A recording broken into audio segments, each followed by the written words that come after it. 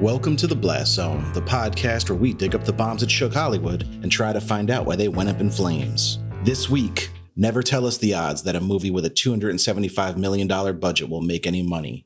This is Solo, a Star Wars story.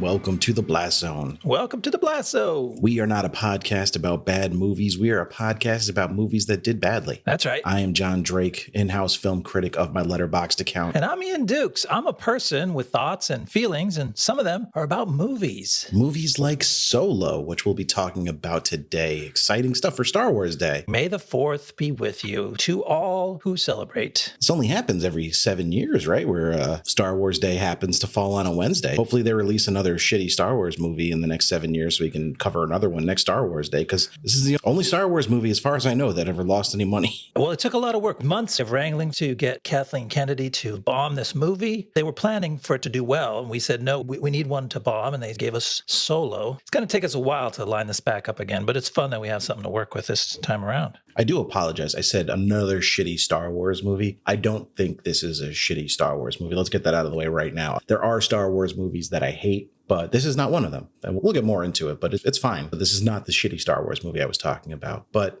we just need one to lose money. Rogue Squadron's coming from Patty Jenkins next year, maybe. Right. I don't know. I don't know what to expect. How are you doing this week, Ian? I'm worried. I am worried that we have gone now several episodes where I ramble on about how I'm doing and take up all the time. And it's been too long since we checked in with you. How are you doing, buddy? Oh, I wasn't even prepared for this. I think I'm okay. You know, it's one day just kind of bleeds into the next. I hear that. There's a lot of scary news in the world out there. A lot of bad stuff happening. But sure, me and my family are good and healthy. So that's got that to be thankful for. For sure. Going hard on personal health and fitness, trying to better myself in those regards. So yeah, not too bad. And that's helped my mental health a little bit. So I recommend that to people if they're feeling bad, which I know is, if you're really like depressed, obviously just going to the gym isn't going to fix it. But for me, it helped me. I got to take your advice. I really need to do something with my body to make it less unhealthy. Yeah, your body's happier when you move it around sometimes. Yeah. Who knew? They should do studies on this. Does your body release a chemical of some sort that makes you feel good when you exercise? Who knows? Who's to say? No one's ever reported on this. We have no way of knowing, literally. Too bad.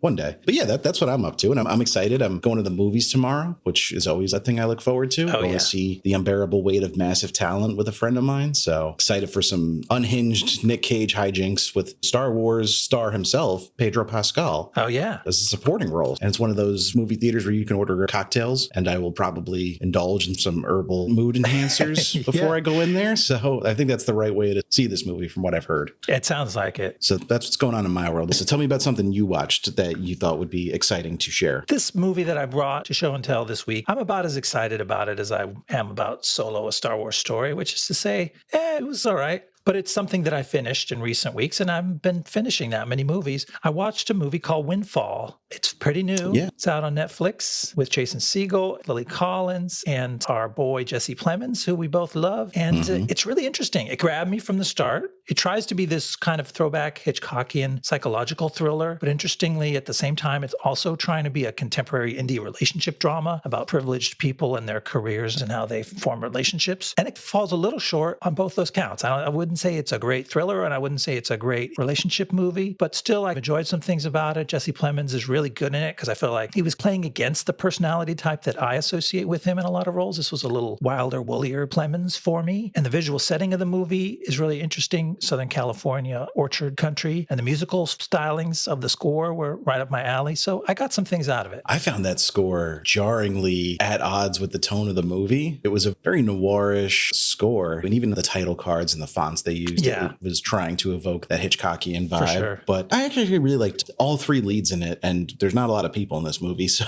I think that would seal the deal for me. But no, I'm like you. I came out of it lukewarm on it because it's a hard movie to talk about without spoiling the ending, but the ending didn't feel earned to me. It takes a sharp turn that didn't feel telegraphed in a meaningful enough way, or maybe not telegraphed, but like even hinted at that like there was anything beneath the surface that would lead to this. So as a result, you're like, well, what am I supposed to take away from this? What's the lesson? It starts better than it finishes. I like the mood of it and the whole aesthetic from the get-go. And then it has some moments, but it's not great by the end. But you know what? It was like 88 minutes or something. So I like that. I can't fault it too much. That's a great thing and a rare thing in this day and age. That might be the only reason I finished it. Like, yeah, exactly. You're like, well, there's 14 minutes left. I might as well stick with it. But you know, if this is the type of movies that are going to live on streaming, that's fine because it's the type of movie that used to get a theatrical release and it would make little to no money and just kind of disappear forever. I'm just happy these type of movies are still getting made in some capacity, even if we're not getting to see them in theaters. Like, if I just want to turn on a little quick hour and a half thriller on a Friday night, I can. Yeah, for sure. I don't know if you guys remember that Cowboys and Aliens sent me on a little bit of a Western kick, and that continues. So I have a little thing I'm doing now. I have a media server with many movies, some of which I've seen, some of which I haven't. I've decided that when I can't figure out what I want to watch, I'm going to go in alphabetical order and watch a movie that starts with the next letter in the alphabet that I haven't seen before. Neat. So I couldn't think of what I wanted to watch, and I went to the numbers section and I watched 3:10 to Yuma, Western that I'd heard great things about for years. Oh, yeah. Actually never got around to seeing. Great cast. You've got Christian Bale in the lead, Russell Crowe as the big bad heavy, Peter Fonda playing a bounty hunter, maybe a U.S. Marshal. I don't remember. I was high. But my boy, one of my favorite actors, Ben Foster, stealing the show as what else but an unhinged henchman, which if you want an unhinged henchman, you can't do any better than Ben Foster. The man was made to play unhinged characters and he delivers. And it was a little long. It was like 2 hours and 5 minutes, but just really well done and probably made on a scale where we won't see a Western made with that kind of budget for a long time because they're just not big money makers and they haven't been for a long time. So a $55 million budget, which is not as big as I thought for that cast. I figured Crowe and Bale alone would command a much bigger salary, but just a really good cast. $71.2 million box office, $55 million budget. What do you think, Ian? You think that qualifies? It's right there. We might be able to do that one day. So that was my first adventure into this pick a movie you've never seen before and see what happens. And so far, so good. It was a success. Well, congrats. I love that scheme because otherwise you spend so much time looking for something and then nothing strikes your fancy and it kind of sours you on watching a movie at all. Exactly. Sometimes you have too much variety and you retreat or you panic and just watch Den of Thieves again, which I didn't want to do. It's too many times now. I went with 3:10 to Yuma and I'm glad I did. But the topic of the day is Solo. And you've alluded to this, that you watched the original trilogy, but then you kind of lost interest in Star Wars. Would you say that's accurate? I think I lost interest from the first set of prequels. They aggressively bummed me out about Star Wars. It took a long time for that second generation to hatch. So those of us who grew up on the originals were like, well, that's a dream, but that won't ever happen. And then they started to look like a reality. And then they looked like a nightmare come true for some of us who weren't big fans. And it was like, okay, this is somebody else's Star Wars. Maybe the kids like it. Let them have fun with it. Go run with that stuff. And that's fine. And I kind of moved on. So this newer generation of Star Wars movies that started to get better again, Solo was riding a crest of those. So I was medium hyped for Star Wars. I'm like, oh, Star Wars can be a good thing again. And it's bouncing around and it's different directors and different stories each time. And I was open to it at this point, but not counting on anything from it. I'm a little younger. I was not around for the movies when they were actually released, but I had older brothers. I watched Star Wars on like TBS, many a holiday weekend or just a random Saturday around the house. They would air them all and I fell in love with them. I loved those original movies. And then I went to the theater to see The Phantom Menace. I'd already seen Batman and Robin, so I'd already broken my spell of movies can actually be bad. But I was still very excited for Phantom Menace. And it took me a long time to be like, man, I'm not enjoying this. But I came to that realization. I walked out of the theater with a couple of my friends and one of their dads because we were too young to go to the theater by ourselves. I was like, that wasn't that good. And they were all like, oh, well, the guy with the double lightsaber was cool. And I was like, yeah, I guess. It felt silly. And then Attack of the Clones, I saw in theaters like an upsetting amount of times just because the movie theater had air conditioning and it was a very hot summer and we didn't have AC in my house and neither did my friends. But Attack of the Clones is the worst Star Wars movie ever made, in my opinion. It's not even close. And then I saw Revenge of the Sith, obviously, in theaters, and that was slightly better than Attack of the Clones. But yeah, those prequels, and I find the prequel movement a little disingenuous. Like, I think it started ironically, the people that were defending them as good movies, but it's warped until there are actual fans of the prequels, and that's fine. If you enjoy a movie I don't enjoy, more power to you. But I find them abhorrent. And When the sequels came out, though, I was back on board. The Force Awakens, I had a good time with that in the theater. I really like The Last Jedi. Rogue One, I weirdly love. I think Rogue One is like a great movie. But there was a lot of behind-the-scenes drama with Rogue One. That was the movie that preceded this one. It went Force Awakens, Rogue One, The Last Jedi. But there was a lot of rumblings of behind-the-scenes issues with Rogue One. Gareth Edwards was taken off the movie, couldn't finish directing it. Tony Gilroy finished it for him, even though Edwards was still credited as director. And rumors of studio interference, massive reshoots, all this type of stuff coming up. They all did well in spite of that, but I think the cracks were starting to show. And then Solo came along, and there's just a mountain of behind-the-scenes drama that went along with this movie. That being combined with kind of a backlash to The Last Jedi, a movie that I enjoy, but I know a lot of people didn't because it was deconstructing Star Wars in a way that I think some people found condescending, maybe. It's interesting. This is something we've talked about on the show. These are movies where the directors are getting let go and replaced and the studios are meddling.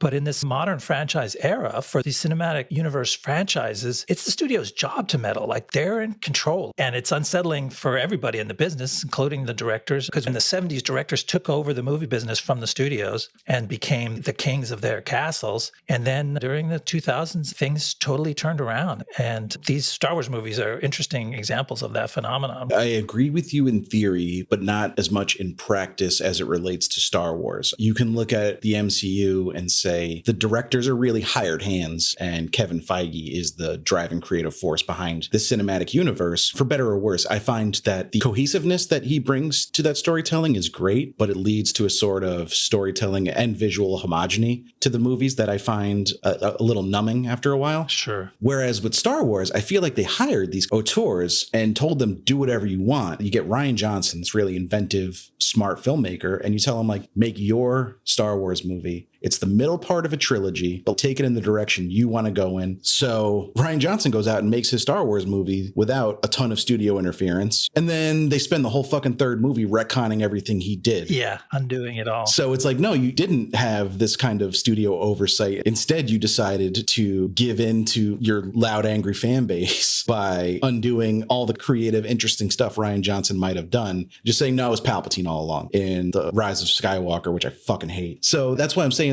maybe if they had a steadier hand, we probably would have got more boring movies, but we wouldn't have gotten a third movie that spends 45 minutes explaining away why all the stuff that happened in the last movie doesn't really matter or didn't really happen. That looks bad. They tried to have it both ways, it seems. Right. It wasn't run with the tight guidance that Feige has brought to the Marvel movies. Things can get away from you, and then you can make these ugly public mistakes. And you end up with a movie that I don't think anyone was quite happy with in Rise of Skywalker because you're trying to please everybody.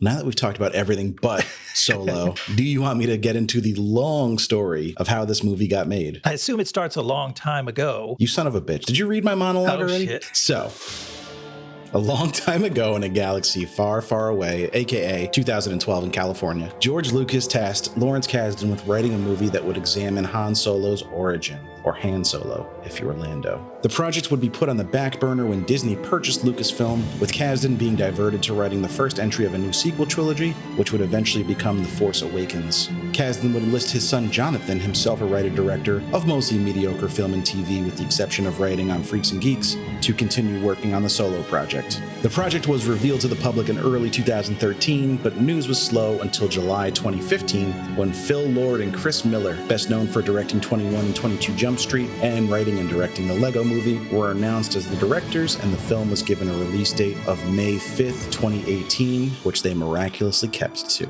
You know, sometimes I amaze even myself. With filming set to begin in January 2017, they set about the gargantuan task of casting young Han Solo. Nearly every actor in their 20s and early 30s was considered, with the role eventually going to relative unknown Alden Ehrenreich, who at that point was best known for his performance in the Coen brothers' Hail Caesar. The casting for female lead Kira was also quite competitive, with Game of Thrones standout Emilia Clark eventually landing the role. Filming would begin in February 2017, with locations including the Canary Islands, London, and a few different spots around Italy. On June 20th, 2017, a bombshell was dropped with the news that Lord and Miller were being removed from the film over creative differences. Great shot, kid. That was 1 in a million. Nice things were said by all parties in the press, but rumors persisted that the duo clashed with Lawrence Kasdan. Kasdan wanted lines to be read exactly as written, while Lord and Miller preferred to let their cast improvise some dialogue. There were rumblings that the improvisation had led to the story being altered in meaningful ways. Especially in the third beat of the Herald. The ultimate issue seemed to be one of tone, with Lord and Miller mostly making a comedy, while Kasdan and Lucasfilm president Kathleen Kennedy preferred an action-adventure movie with some comedic elements. With that news, the task of hiring a replacement director started, with Joe Johnston and Lawrence Kasdan himself being the frontrunners. Kasdan was deemed ineligible as per DGA rules because he was already part of the production, and eventually Ron Howard was tapped as the replacement and basically set about reshooting the entire movie. He was, and he did. Michael K. Williams, who had been cast as villain Dryden Voss, was unable to return for the extensive reshoots as he had moved on to another production and would not be available again until November 2017.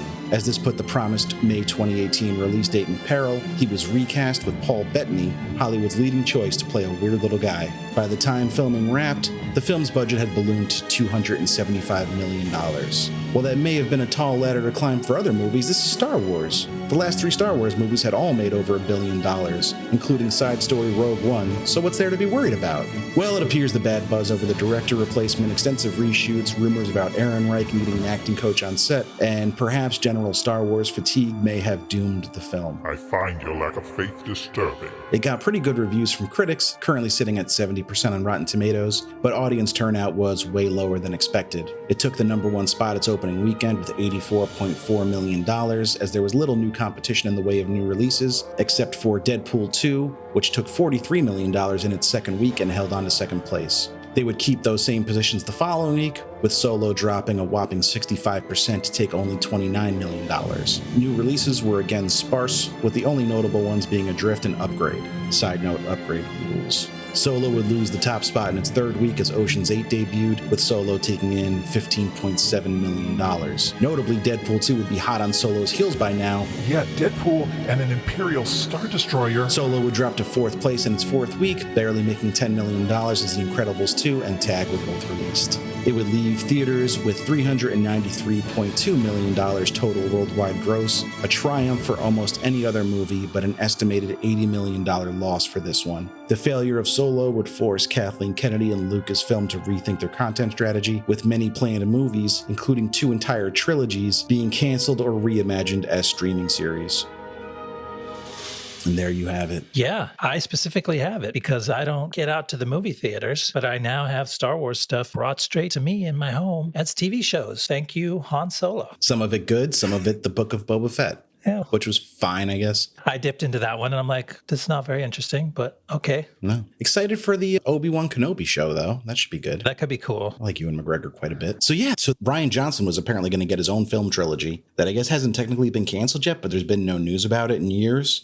Seems like a safe bet that's not happening anymore. And then Benioff and Weiss, the famous Game of Thrones showrunners, were supposed to get their own trilogy, and they were canceled as they signed an exclusive deal with Netflix. But also, I think the stink of the final season of Game of Thrones may have soured everyone, all parties on the deal. Rough. To ride that high and then to crash at the end. Exactly. There was, I believe the Obi-Wan show was going to be a movie at some point too. Right. Okay. That was changed to be a mini series on Disney Plus. So that's 7 movies right there that were canceled because of this movie. And I know there's more. But if you believe that's the fact, and actually the performance of this movie set off this domino effect of content strategy, then at least for the filmmakers and the stars of this movie, you can say it's not on them, right? It's not the quality of this movie. Then it's some kind of belief by Disney and Lucasfilm that this content does not work in theaters anymore, or this investment in movies doesn't give the return that they're looking for, independent of the quality. So I guess that says something good. They're like, oh, the market's changing again, and we're pivoting to video, as they say on the internet. We're switching to TV shows, and maybe that's just where things are going. Who knows? Maybe mid-budget grown-up dramas will dominate theatrical in the near future. Who knows? My half-baked theory about it is that Star Wars movies just didn't really feel like events anymore because we were getting one every year. I feel like they stopped feeling special because we got The Force Awakens in 2015, then we got Rogue One in 2016, then we got The Last Jedi in 2017, then we got Solo in 2018, then we got The Rise of Skywalker in 2019. Meanwhile, We were used to going literal decades without a Star Wars movie in theaters. And then when they were a trilogy, they were 3 years apart. There's something to be said for the scarcity of them, that they felt like events when one was released, and you would rush out to see it opening weekend and then maybe go see it a couple more times. But now we're getting a Star Wars movie literally every year for 5 years running, or 6 years running. I think that probably had a bigger impact on it than they would like to think. That dovetails well with, okay, the theaters can't sustain that quantity at that rate, but you know what can is streaming, which is like an unquenchable thirst. It just constantly needs more shows, right? Like you need good stuff to drop year round, year in and year out. So, okay, we've got a content pipeline.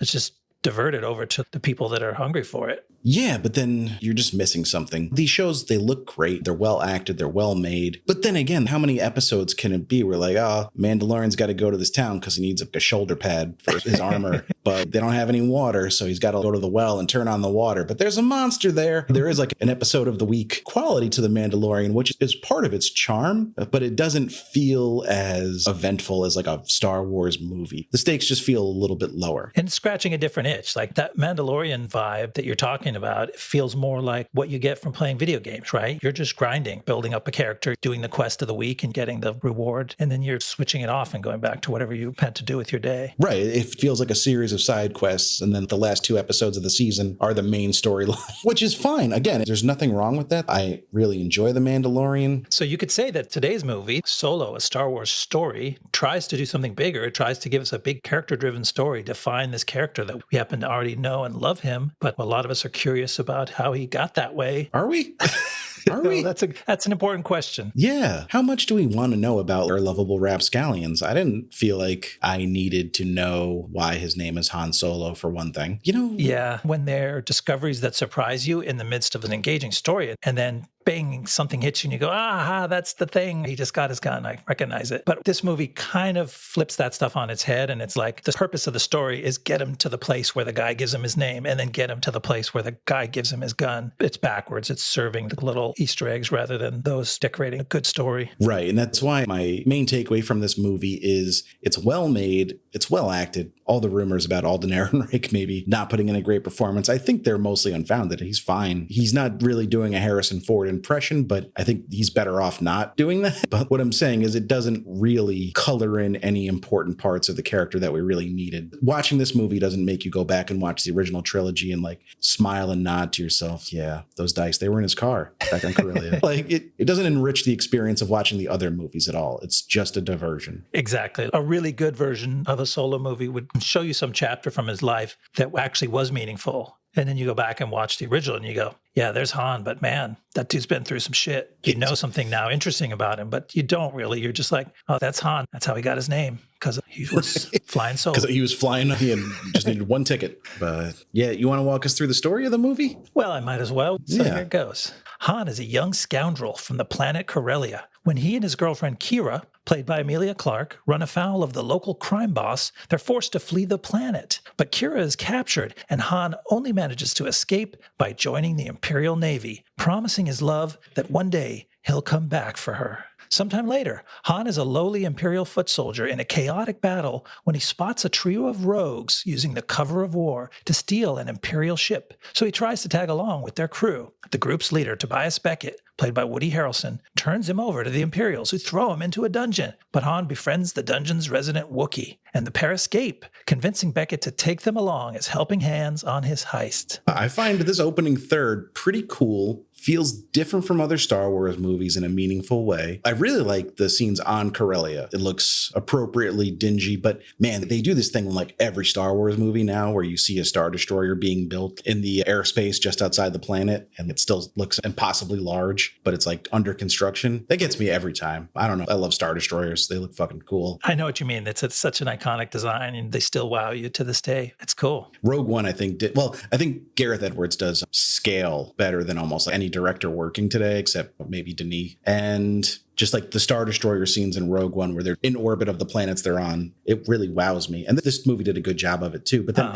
we get like Lady Proxima, fucking hilarious scene. I'm sorry. Like that all worked for me where he's got the rock in his hand and he's like, yeah. And she's like, that's a rock. You just made a clicking sound. I don't know. That feels very Lord and Miller to me. That I would put money that they directed this section of the movie. It does. And I wasn't ready for him to be that sort of Star-Lordy or whatever you would call that, because he's not quite that cheeky a scoundrel. The rest of the time, he's a little more of an earnest scoundrel. I guess I couldn't enjoy that as much as you did because I was like, what's going on? I was thrown too much for a loop by him being zany for a second. He's zany, but he's also like being underhanded in a way that feels true to the character. I do think maybe if the whole movie matched this tone, I would have the issue you're having. But because it really feels like once he's separated from Kira, he hardens a little bit. Maybe that explains the difference in characterization between the Han we get at the beginning of the movie and the Han we get in A New Hope. I think there's definitely room to take it that way, that this is young Han. And that was one of the things that I wanted more of a flavor of from this movie, is that especially in this first scenes, like I wanted him to be younger, to act younger. I mean, they gave him short sleeves. That's how I knew he was slightly younger than older Han, who only wore long sleeves after that. But he's not supposed to be a teenager or something in this first scene, right? I think the rest of the movie is only 3 years later. And then the original trilogy is supposed to something like 10 years after this. Yeah. At the end of this movie, spoiler alert, he gets caught up with Jabba the Hutt. I don't know how long their working relationship was, but it was years long before they fell out. So it's probably at least 5 years from the end of this movie to the beginning of A New Hope. Yeah, I think he's supposed to be like the same age as Alden Ehrenreich, 28, 29, maybe 25 when the movie starts, and like 28 when the main storyline of the movie picks up.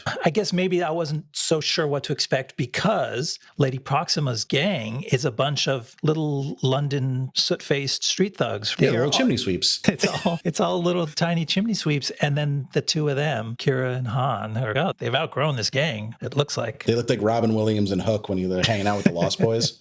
Maybe they're like the camp counselors. Yeah, that's their role at this point, keeping the kids in line. Why haven't you moved out yet? Lady Proxima was happy to see them go. Yeah, she was actually not that sorry. But like different creature design, kind of a cool setup. We get to see her burn in the sun a little bit. I don't know. All the Corellia stuff worked for me. And then there's the car chase, which is fun. And it ends in a way that I appreciated, like somebody getting stuck doing the going sideways through a narrow passage trick. That was a good visual gag. And the actors played it well. Emilia Clarke's head jerks to a stop in a sort of very painful and funny way at the very end of that beat of that scene. It's well done. They're subverting some tropes, which if you've watched the Jump Street movies and even the Lego movie, that's what Lord and Miller like to do. They look at things that work in movies and they manage to poke fun at them while still using those same tropes. The movie in general does a lot of that sort of parallel troping where it's like, okay, here's a classical car chase, except it's land speeders. And here's a classical train robbery, except it's a space train. It's an elevated train carrying hyperfuel. Yeah, they have all the same modes of transportation that we have in the real world, except everything just floats like 6 inches off the ground. It's just slightly floating. You want to talk about Emilia Clarke while we're in this section? How did you like her? I am not sure. I don't think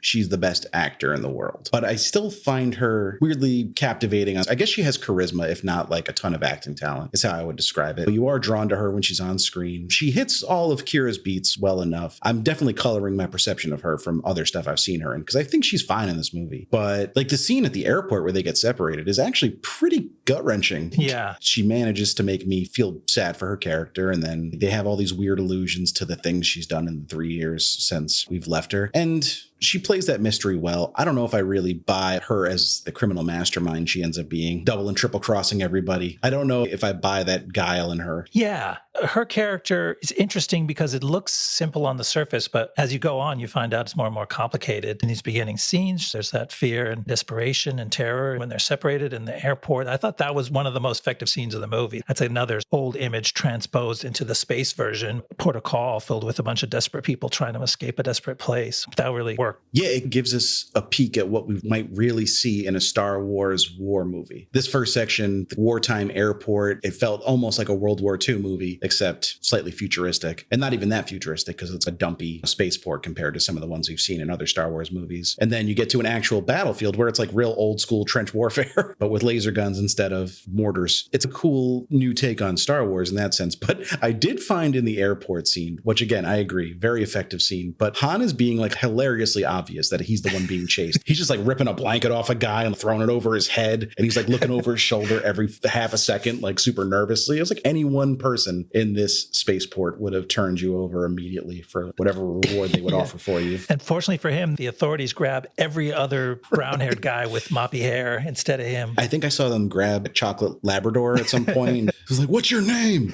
So they're really just going out of their way not to catch Han. He doesn't even really know his name until this scene. Wasn't that interesting fact? Ooh, he's just Han. He's like Prince. But yeah, he decides his only way out is to go up to a recruitment desk. He wants to sign up to be the best pilot in the galaxy. They go, well, what's your last name? Who is your family? He's like, I don't have a family. Who are you traveling with? He's like, nobody. Oh, Solo. Han Solo. And then they freeze frame just in case you missed it. Did we know that Han was in the Imperial Army? I think that's new information for us. Okay. I don't think that's ever brought up in the original trilogy. That's a nice device to use to put a chapter in Han's life, because you could have just kept him on Corellia and then he could have met the biggest, sneakiest band of thieves in a gambling hall on Corellia. But it was much more interesting that he met them in a furious trench battle on some mysterious planet. Oh, for sure. I like the wrinkle that him having been an Imperial infantryman adds to his character. And then he meets up with Woody Harrelson, giving a very Woody Harrelson performance as Tobias Beckett. He's not being asked to do anything we haven't seen Woody Harrelson do before, but that's okay. Except wearing that floppy undercut. Let me put it this way. I think any haircut we see Woody Harrelson have at this point is a wig. Take it from me, a follically challenged man myself. I don't think Woody is growing that undercut out himself that is glued onto his dome for the duration of filming. He's got Tandui Newton as his girlfriend / partner, and we've got Jon Favreau. Oh, God. Or the voice of Jon Favreau, giving what I can only describe as a really bad voice performance. Yeah, I don't know if it's his performance or it's the lines they gave him. His character's role in this movie is to make the plot move forward, because we've got Woody Harrelson's Beckett, who is like, fuck this little punk. There's no way I'm taking this Joker on our little heist together. Get him out of here. He literally sends him off to die. And then they're like, but you know what? We need that guy in the movie. He's actually the guy whose name's in the title. Get him back here. How are we going to do that? Well, get the friendly pilot guy just to say a bunch of nice things about him until he convinces Beckett to turn around and pick the kid up. Some of the nice things he says about him aren't even about him, but about Chewbacca. Yeah, that was where I really lost it. He goes, you'll never have a deeper sleep than curled up in a Wookiee's lap. And he says it Wookiee, which is, I don't know, was that his acting choice for the movie? The voice he's using in this movie is not really Jon Favreau's voice, but it's also not different enough from Jon Favreau's voice to be a Bradley Cooper Rocket Raccoon situation. Right. Like he's just doing a nasally version of his own voice. And I'm not one of the people that is anti-Jon Favreau as an actor. I think he's a good actor. And even recently, like he's been in a lot of the Marvel movies and I thought he was fine. But man, he fucking sucks as Rio Durant, I think is his name. I'm really not a fan of him in this movie. I just feel like he's so far inside this universe of directors and Star Wars people that they're like, John, this role is so embarrassing. We can't ask an actor to do it. Can you just come in and read the stupid lines that get the movie unstuck? He's like, yeah, of course, I'm going to do it. And then they rewarded him by basically making him the new Star Wars guy. He makes the shows. And yeah, we'll throw you a series or two. You're a company man. And he's totally being a company man in this. He's not literally the new head of Star Wars. He hasn't taken over George Lucas's mantle. I think that's Dave Filoni. But he is clearly at the top rung of the ladder for Star Wars creative right now and is probably going to have some say in almost everything that comes out of Lucasfilm in the near future. For sure. All because he said some terrible lines as a little monkey man. He took a bullet. Literally. We're getting ahead of ourselves. What'd you think of the Chewbacca intro? Did that work for you, having him in the pit? I think he's appropriately intimidating in this scene. Like he really does seem like a force of nature and violent in a way we haven't seen Chewbacca be in the past. I guess you're right. That was fun to see because there's always all this talk about how strong Wookiees are and Chewbacca can rip your arms off. Don't mess with them. And he didn't do a lot of unleashing the way he does in this movie where you're like, oh, okay, I get it. That's what a Wookiee does when he's mad. So that was fun. I choose to believe that this is the true origin story of Chewbacca and that terrible fucking scene with Yoda in Revenge of the Sith never actually happened where like he's helping Yoda on some mission. It's like a throwaway line where he's like, thank you, Chewbacca. And it's fucking horrible. So yes, I'm going to pretend that never happened. And this movie is just the first and only time he enters into the orbit of our main characters pre the trilogy. It's better this way. better. There was a lot of that in the prequels, just name dropping a character because people will be like, I know that character. He was in the other movies too. I know they had to link everybody to everybody constantly throughout their entire lives. It's unnecessary, man. It was ridiculous. All right, let's see what's going on. Han and his new friend Chewbacca join Beckett's crew on their mission to rob a train carrying the valuable fuel coaxium. But they meet resistance from both Imperial forces and the Marauders led by the notorious Enfys Nest. In the battle, 2 of Beckett's friends die, and Han, Chewie, and Beckett lose the cargo,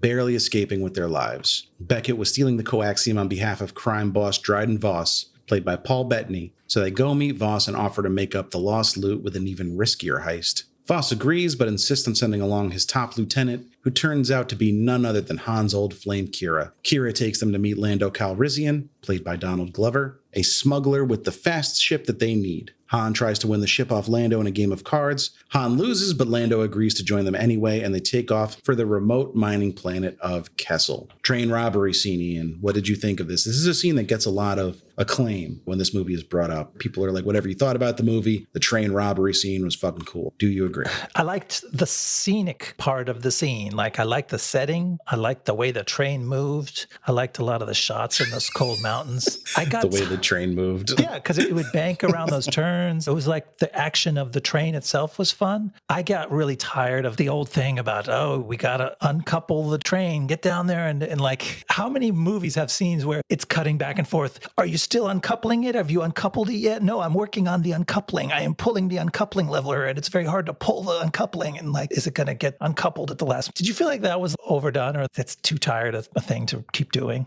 No, I totally agree. And I feel like they thought we would cut them some slack because, look, guys, it's not a normal train. It's a space train, so it's different now. It's not like the dozen other movies you've seen this in the past 20 years, but it is like those movies. Yeah. That being the main conflict behind the scene is a little tiresome, and I think that would have been fine if they just shortened it. Just less of it. It's pull the a storytelling device because it works. So you're a big, strong Wookiee. You just showed us you could break shit. Just pull the dang lever and uncouple the train. Yeah, don't make it such a manufactured tension point. Yeah. That would have been, I don't want to keep debating who directed this scene, but I got to think if it was Lord and Miller, there would have been something like that where they build it up. That's going to be the main conflict of the scene, is whether or not they can get it uncoupled. And then like they do it immediately, but then there's something else that happens. Yeah. That would have been just a more interesting thing to watch. And there's plenty of other stuff happening. Enfys Nest is attacking. The drones are attacking. Tandiwe Newton, who whatever her character was called. She wasn't in the movie long enough for me to learn her name. But there's a lot going on. Her name was just Val. Oh, Val.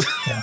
It's not very Star Warsy. No, but neither is Tobias Beckett. That's true. He also sounds like he was a chimney sweep on Corellia. Enfys Nest. It's a little confusing. Is that the name of the group or is that a person? Well, I had that same question. But like she's in the cast as Enfys Nest. She's not like Enfys Nest leader. Yeah, no, I think it turns out it truly is just the character's name and that the group is called the Cloud Riders, maybe? Well, that's lame. Yeah, that's not very cool. That's like some kids' fantasy novel shit, Cloud Riders. Yeah, Enfys Nest is a good name. In the George Lucas tradition, one thing he was good at was coming up with names, and they've tried to maintain that. Enfys Nest. I'm sorry, Ian. Can I introduce you to my friend who runs a diner? His name is Dexter Jetster. Fuck out of here. I think maybe he was once good at writing names. He lost his touch. Oh yeah, he lost his touch with everything. But I would say, once upon a time, like part of the charm of the original Star Wars is that the names are good. Yeah, Han Solo is a cool name, even cooler without the weird explanation that comes along with it. Yeah, much better. But yeah, I do like the name Enfys Nest. It sounds like a metal band, but I'm okay with that. I thought it was a group too, or the place that they come from, right? Oh, that's the Enfys Nest where the Marauders come from, because a nest is a thing. And I'm like, oh yeah, Enfys Nests. Yeah, we have those on Earth. It's called a nursery. That's where you put the babies. Womp womp.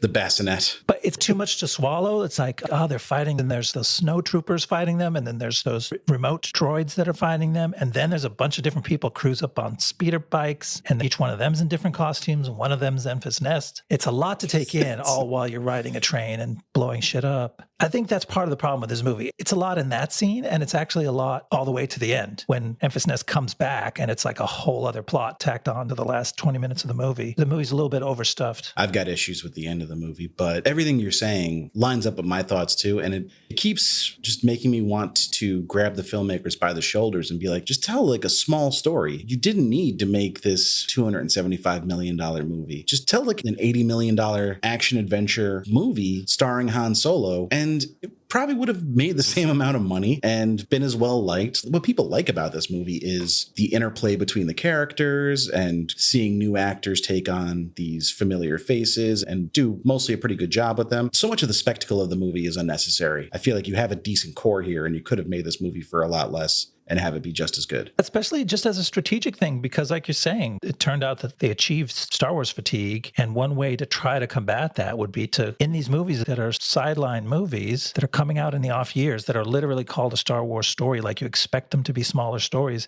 make them genuinely smaller, even for Han. Man, if they could have done 3 or 5 or 10 movies about Han, they would have loved that. So start small and leave people wanting more. It's not like the cast for this movie is stuffed full of A-listers either. Probably Woody Harrelson's the biggest star in the movie. Maybe Donald Glover now, but it wasn't necessarily the case in 2018. No, it was like a nice middle-of-the-road cast. You could have done anything with them. Yeah, exactly. That's all I have to say about that. Like, I think they let this mindset of, well, it's Star Wars, so we have to go huge for everything, poison the well a little bit. Yeah.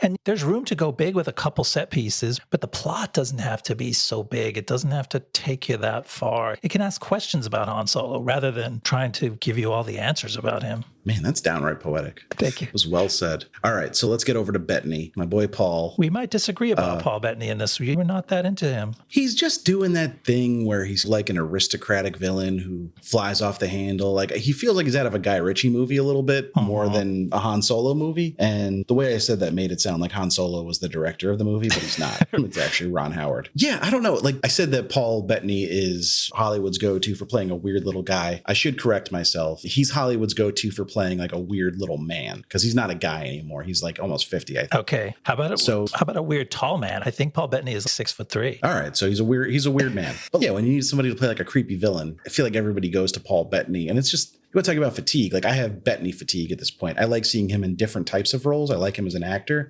but it almost feels like we can't get Michael K. Williams. We need somebody to come in and play a villain on short notice. And everyone was just like, oh, Paul Bettany, of course. Yeah. But that's not an interesting choice because it's the obvious choice. It's totally true. That's exactly what happened. Because this movie is full of people answering the call and doing Disney a solid, from Ron Howard to Paul Bettany to Jon Favreau. But I think Bettany does them a really good solid, because as much as it's not that interesting or out of the ordinary, he's fucking scary. Like, he's good. And with the addition of like his weird facial scars flaring up that gross blood red color, he was good at freaking me out. That was a cool effect. Like, I'm not saying I loved everything about the character, but the guy is effective. He can turn it on and you're like, oh shit. Explain his little weapons to me. So they're already super sharp blades, but he can turn them on and now they're even more so. What can he do with them when they're activated I guess they're like little mini lightsabers on the edges. Yeah. That he can't do when they're just super sharp blades. Well, it's not like he's fighting people that have lightsabers. I think we saw it. He can cut lengthwise through a sword, which he does to Kira momentarily. I don't want to spoil the ending fight sequence. Totally gratuitous scene that we didn't need at the end of the movie. But there's one point where she locks him lengthwise with this forked sword and he starts chopping down the length of it. And you couldn't do that if you didn't have the glow stick capability, turbo mode. Ian, when you're right, you're right.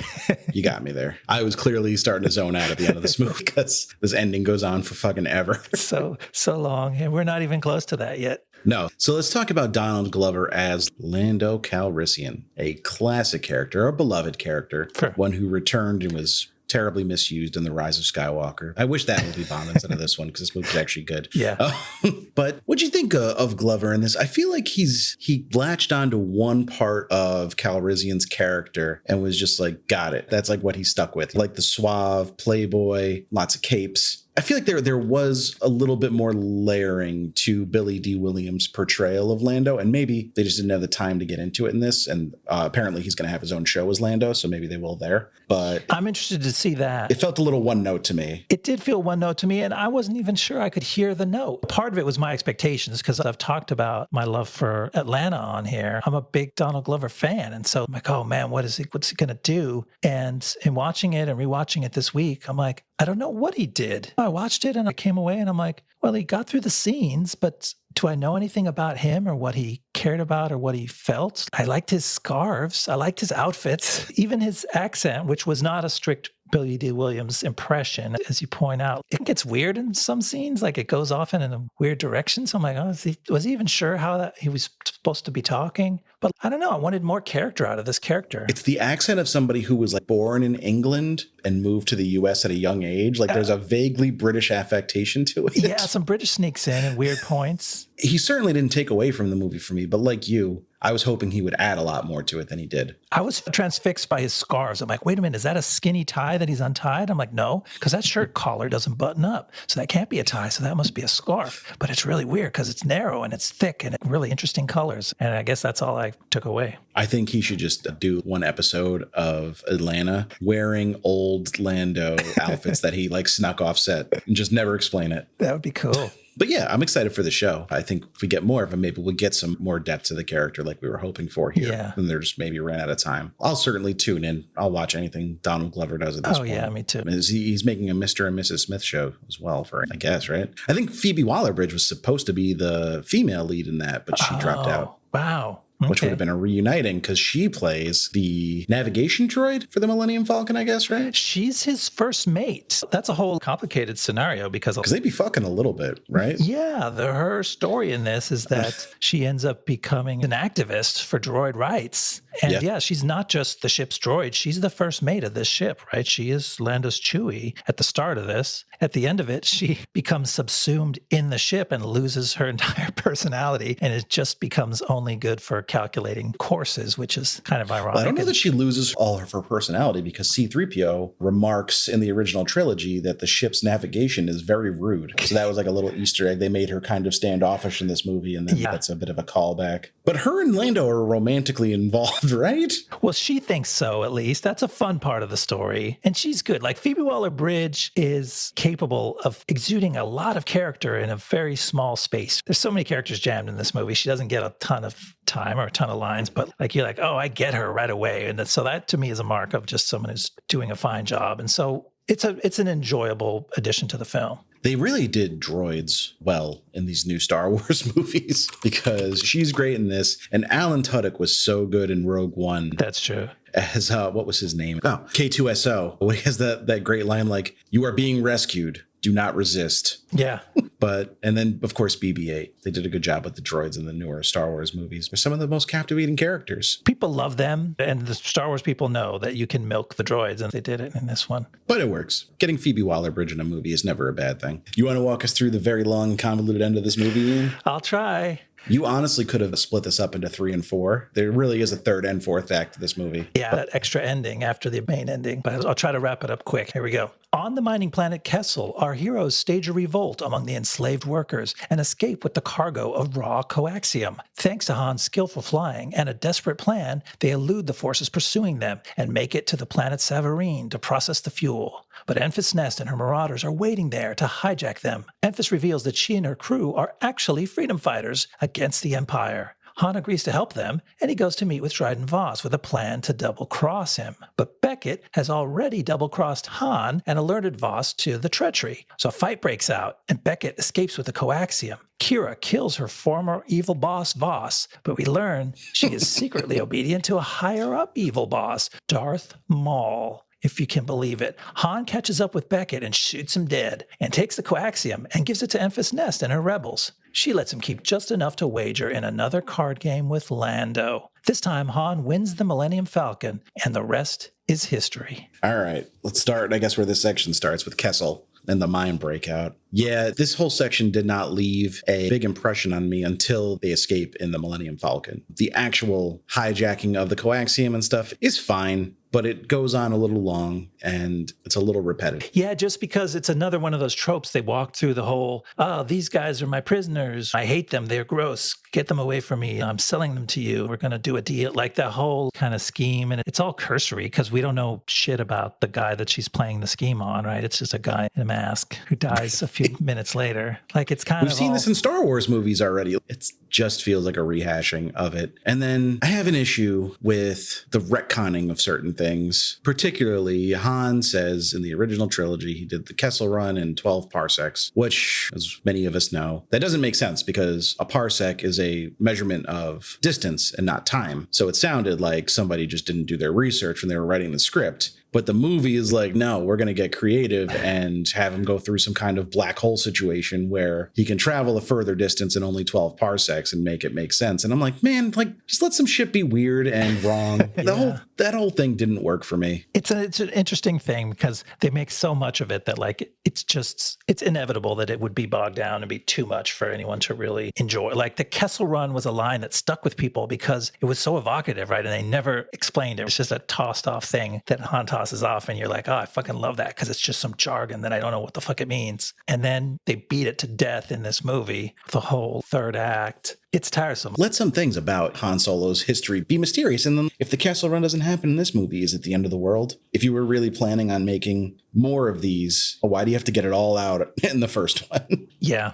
I think it would have been cooler if the Kessel Run was just something fun he did. It was like a beer run. He was like, yeah, I fucking stoked the party so hard that night because I did the Kessel Run in 12 parsecs and everyone didn't think I could do it, especially after so many Corellian beers. The Kessel Run is like when you spin on a baseball bat and then you have to run the bases. Did you ever play that game? I've seen you chug a beer and spin on a bat? I have not played it, thankfully, for me. Hey, it's fun. I bet. I wouldn't recommend it now. We're adults now, but when you're like 20, it's a good time. There was a name for it. Was it just like Spinny Bat or something stupid like that? I can't remember. Probably. It's probably Spinny Bat. But is it time to talk about the big monster yet? Or do you want to talk about the Millennium Falcon? I was going to complain about the Falcon, which they keep saying in multiple movies that it's a freighter. There's no fucking loading dock. They're carrying the fucking cans of fuel up one at a time, ducking to even fit up the little tiny ramp. And then they're sticking it under the floorboards. And it's like, where's the actual cargo hold? They're just trying to get home. Don't make this so difficult. The Millennium Falcon seems like nothing more than just a big condo. Like most of the spaces seem to be for just hanging out. It's a very lovely ship, but it feels more like a yacht than a freighter. Exactly. They keep saying it's a freighter. Like, where's the hold? Why doesn't it ever have some actual, like,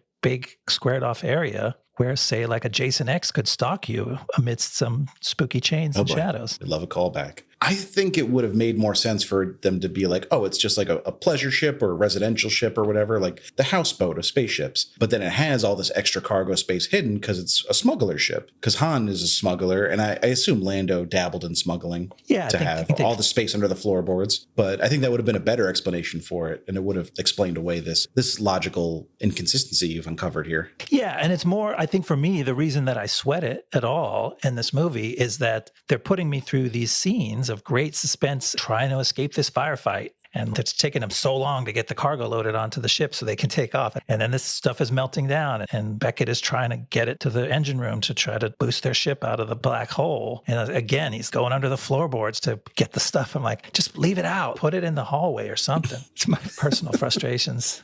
But then we get the Space Cthulhu. Kind of cool, right? Which was pretty cool. Cool creature design. It's appropriately massive. Like, it's one of those moments that it's harder and harder to do with, like, pure CGI, which this whole scene obviously is just a video game cutscene. But I don't know, the scale of this thing, especially when I saw this in theaters, it takes your breath away. And that's the kind of feeling you look for when you go to the movies. And it's harder and harder to find as you get older and more jaded and you've seen more movies. So I appreciated that it could evoke a response like that from me. Yeah, it was kind of neat. I just said it took my breath away, and you said it's kind of neat. Well, I was saying it got better for me because it started off, okay, it's a big creature. It's got a lot of eyes. It's got some squiddy octopus tentacles. Those are familiar things. But then when it was getting sucked into the black hole or the maelstrom or whatever the maw was, whatever they were even saying right there. A lot of terms for a thing like that. Like its skin started tearing off its body, and then like its bony skull with all the eye sockets in it showed through. And I'm like, okay, now that's cool. I like that part. Yeah.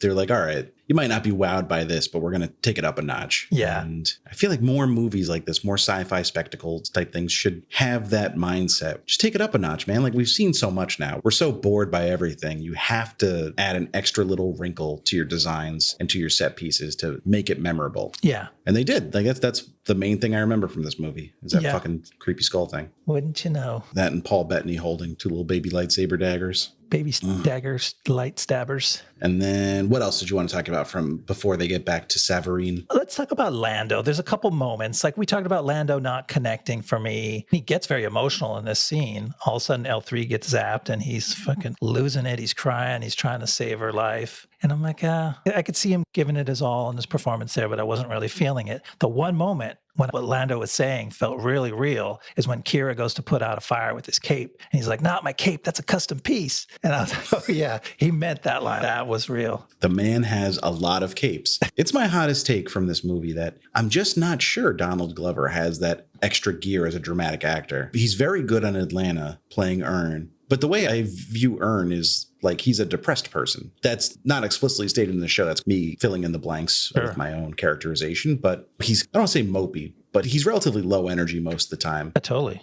And Donald Glover certainly has that extra gear when he's doing a comedic scene, but I just haven't seen him pour emotion out in a really raw, dramatic way and have it land yet. Maybe he has it in him and maybe we'll see it at some point. But that scene didn't really work for me either when he's crying over L3. Yeah, but like the rest of this movie, it was fine. Right. It certainly wasn't a bad performance, but it didn't wow me the way I was hoping for it. But like more and more as we go, like you said, we get back to Savareen. I checked the time. There's fucking 40 minutes counting down on my little streaming bar. And I was like, holy shit, I thought we just got through, I thought the biggest set piece battle of this movie. And that's a lot of movie left, man. That's like barely the halfway point. We've been through so much already. I don't like this in movies. Everyone took the wrong lessons from Return of the King, I guess. But this movie ends a number of times. Yeah. And they all lose a little bit of something every time that they fake you into thinking the movie's over. You never want to feel like, oh, I thought the movie was over, and like a twang of disappointment that it's not. No, that's terrible. But that's where you start going with this movie. And again, I like this movie. It's just, it almost feels like it's playing a prank on the audience at some point with the multiple endings. So I had watched this movie before. I didn't go to the theater, but I watched it when it first got to streaming.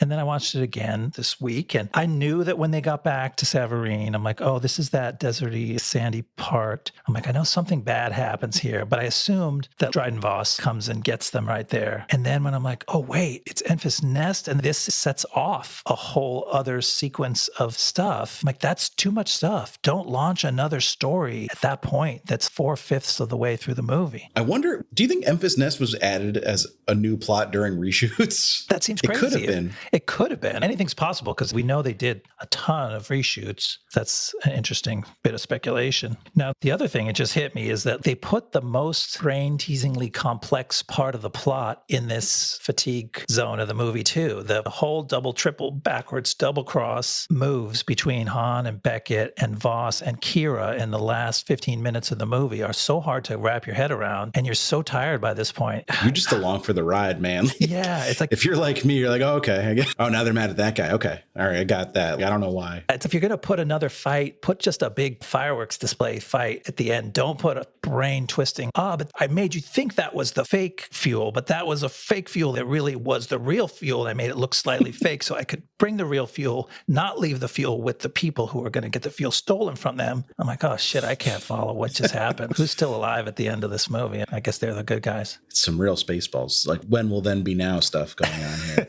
But we get to see a handful of good actors mug for the camera to each other and just be like, aha, but no. And that's fine, I guess. But then they have a fight, and it's a very underwhelming fight. People just hiding behind couches and shit. Swinging tiny daggers. Han is trying to shoot Dryden Voss with a gun, but they're standing like literally 6 inches apart from each other. You got to change your strategy up, Han.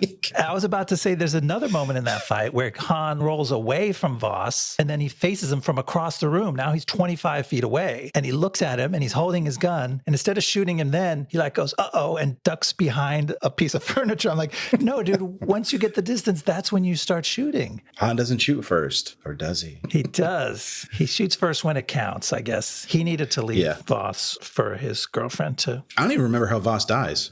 I think she whips around and stabs him. Stabs him, right? It happens fast, though. Yeah, it was like you can't quite see what happened. And then he turns very pale. All the scary red scars go pale. And then Han goes and confronts Beckett, right? Yeah, because Beckett got out of there somehow, and I don't even remember when he left the room. But he left the room before the shooting started. He took the coaxium, had a gun on them. And then Chewie take it out, and yet somehow Chewie didn't rip his arms off. I don't know where Chewie's sympathies lie. I can understand Chewie not wanting to attack him when he's got a gun pointed at Han and Kira because they're his friends. But then once they're outside, like just hit him in the head. You can kill him with one blow to the head. Sure. And Chewie is not averse to hurting people at this point in his Wookiee career. So yeah, we've seen that. Yes, that's a little bit of, I guess, a plot hole. But Then Han has his face off with him. What happens now? Beckett, it's like, I knew you would double cross me and you listened to what I said. You're doing good, Han. You kind of never know if he's supposed to be okay. And just at the moment you think, well, maybe he's going to be okay, Han kills him, shoots him through the heart.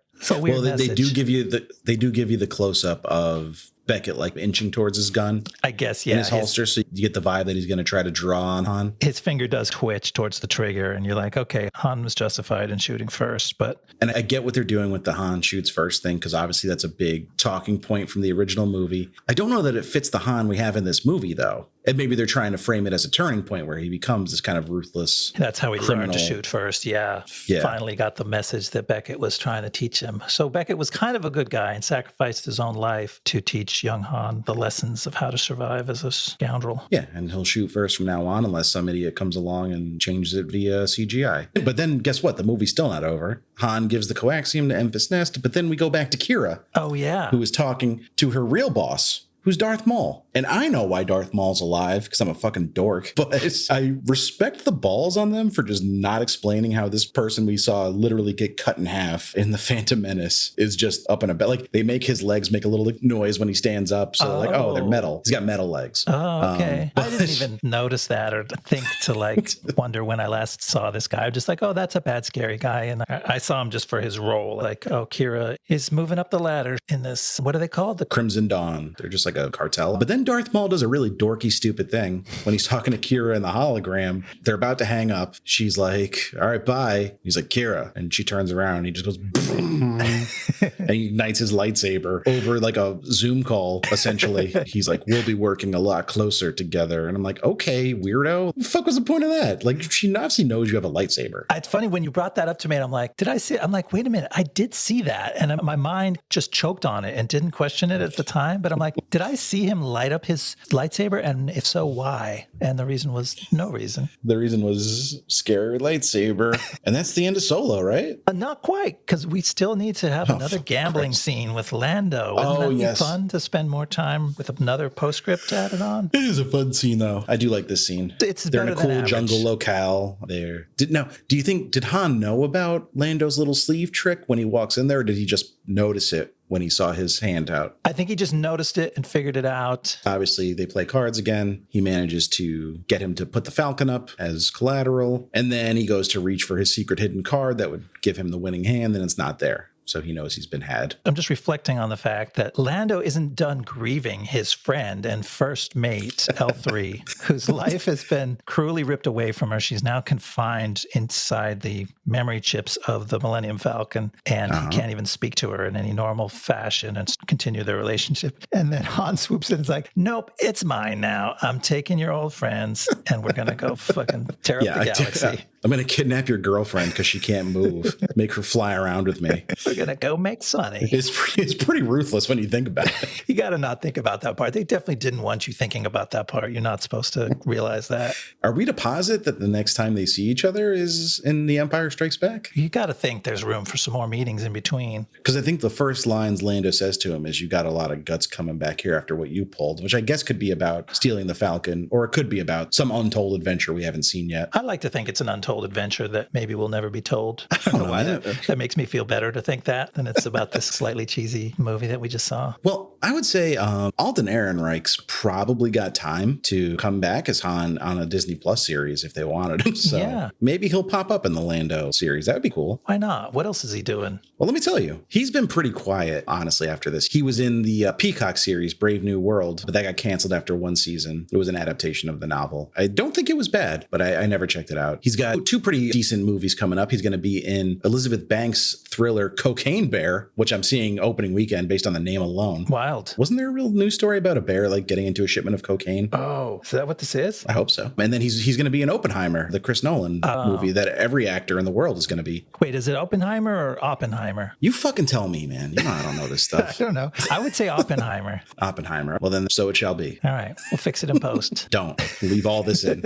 I want the people to know my shame. But that's really the only things he's done since this movie in 2018. He's filmed two movies that aren't out yet, or one's filming, one's announced, and he was in Brave New World. So So he hasn't gotten a ton of work. And I don't think he's bad in this. No. And he was great in Hail Caesar. But before we get into kind of what everyone's been doing, I did want to touch on some Han Solos we might have gotten. Oh, yeah. If not for Mr. Ehrenreich. Ehrenreich. Man, I went to go grab the word Ehrenreich from my brain, and all I got was Elgort. Oh, well, he was one of the front runners Exactly. for this role. I cast the wrong dude. Miles Teller, Kill Me Now. Ansel Elgort, not great. Dave Franco, I don't think so. Every time Dave Franco's in something, he's just Dave Franco to me. Jack Rayner, I could see Jack Rayner. I don't even know Jack. Chandler, look him up. You'll recognize his face. Chandler Riggs, as far as I know, isn't he Carl from The Walking Dead, the little kid? I'm looking. Am I thinking of the same person? I've got a bunch of homework now to recast this thing. Oh yeah, actor of The Walking Dead. He's too young to play Han Solo, in my opinion. That would have been a different movie. That would have been the young Han that I was thinking maybe we were going to get in the first act. He looks like Alden Ehrenreich, though. He could be his younger brother. Rami Malek looks nothing like Harrison Ford, and he might be a little, I don't know, a little too cerebral for Han. It would be fun to have him try, but I can't see him inhabiting this character in a convincing way. Aaron Taylor Johnson, I think,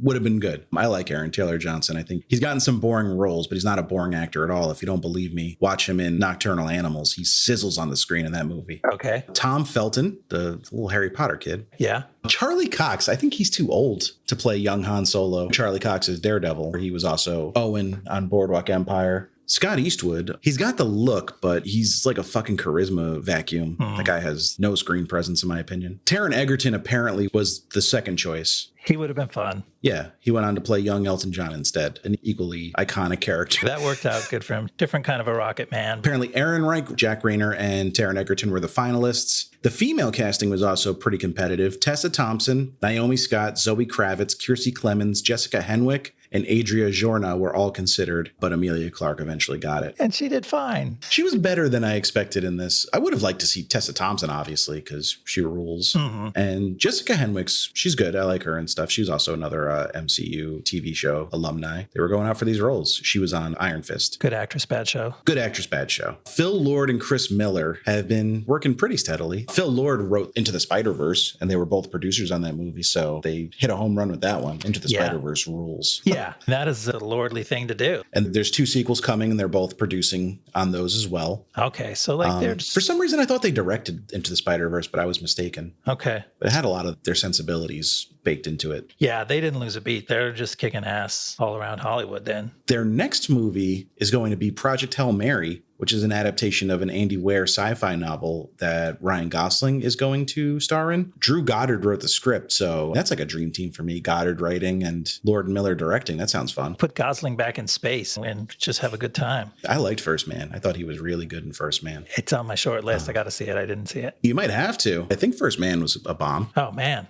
Oh, First Man. $70 million budget, $105 million box office. They didn't even double its budget. So we'll talk about that at some point. Christian Bale was considered for the role of Tobias Beckett. Huh. Would have been a darker Beckett. I think Bale can be sneaky funny. He was pretty good in Vice, a movie I don't like. I'm curious to see how he does in the Thor movie, because the character he's playing is a very dark character, but he's in a Taika Waititi Thor movie, so you know it's going to be a silly goofball fest. Yeah. So I'm like, are they going to dull the edges of this character at all? Or I don't know what they're doing there. They've released no footage of him at all yet. Playing Gore the God Butcher. Sounds lighthearted and fun. Yeah. Oh, so there was a few other canceled projects in the wake of Solo that I did not mention. Apparently there were Jabba the Hutt and Yoda movies planned that were canceled. And a Boba Fett movie that was going to be directed by Josh Trank. Josh Trank, famously fired director from Fantastic Four and other things. That was abandoned, but they used some of the elements for that as inspiration for The Mandalorian. Emilia Clarke, she also hasn't been super busy. I don't know if the stink of this movie hurt her career, or if she's just kind of chilling, because she did some stage work in the time in between then and now. She was in Above Suspicion and Last Christmas in 2019. She's doing a voice role in a movie called The Amazing Maurice. She's going to be in a science fiction romance movie called The Pod Generation, and she's going to be in the Disney Plus MCU show Secret Invasion. So she's still doing the franchise thing. I feel like from the rest of that lineup, you can't tell how she's doing, but if you've got a big Disney Plus show in the works, you're okay. You're still inside Hollywood. Right. Ron Howard made Hillbilly Elegy in 2020. Yuck. That movie sucks. His next movie is 13 Lives, which is going to be about the cave rescue in Thailand from a couple of years ago, if you remember that. Oh, man, I just don't want to see that. I love Ron Howard as a funny individual. He's a funny individual. As a fine director, as a transcendent narrator, and a good TV sitcom actor. But I don't know that I want to see the fucking cave rescue. It's just that's too traumatizing for me and bleak, yeah. Probably not going to be a theater movie for me. That'll probably be a watch it at home movie so I could watch it in parts because, Like I would just get so claustrophobic and freaked out. Yeah, that is a fear of mine, being trapped like that. So I'll have to watch that in like 20-minute chunks. Man, a cave is like there's systems in your body hardwired into the animal parts of your brain that when it sees a little hole in a rock tells you don't squeeze in there just because someone told you there's a bigger gap on the other side. Just don't go in there. And then you're fine. Stay out of the holes. Where's your sense of adventure, Ian? It's outside of holes. It's not under the ground. That's for sure. So that's Solo. I am bummed this movie bombed as hard as it did because I like this movie. I saw it opening weekend with my friends. We have a tradition of seeing every Star Wars movie together. Oh, nice. At the Alamo Draft House in Yonkers on opening weekend, but we have not been back in a few years because of COVID and all the Star Wars movies being turned into streaming shows. But I did not walk out of this movie upset or disappointed or angry. Right. I walked out of it being like, that's okay. And that's a lot more than I can say for some other Star Wars movies that made 5 times the amount of money this one did. And it seems like maybe it's had a negative impact on Alden Ehrenreich's career, which is kind of a bummer because he's given a pretty tall order in this movie. Just play one of the most iconic characters in movie history. Exactly. And he does okay. And not just one of the characters, but the actor. If you think about what Harrison Ford has done in the movie business, it's insane. He's inhabited several of the biggest, most beloved characters ever on screen. And it's just like, oh yeah, just fill his shoes. You'll be fine. Yeah, you've been in like 2 movies. You've got this. And poor Ron Howard just walking into this shit show. Like, by all accounts, he's a very lovely man. He seems like a nice guy. I think he did a serviceable job, but I don't know if a Ron Howard movie is exciting at this point. Yeah. He's not a name that's going to put people in the theater. He's not Spielberg. And even Spielberg can't put people in the theater, apparently. It's true. I don't know. This movie just had a lot working against it, which is a shame because the end result we got is pretty fun. The fact that this is the movie that everyone looks to and is like, you fucked up Star Wars movies is a bummer. Yeah. I think that's a wrong take if people are thinking that. Well, I mean, this movie literally did fuck up Star Wars movies. They canceled like 9 of them.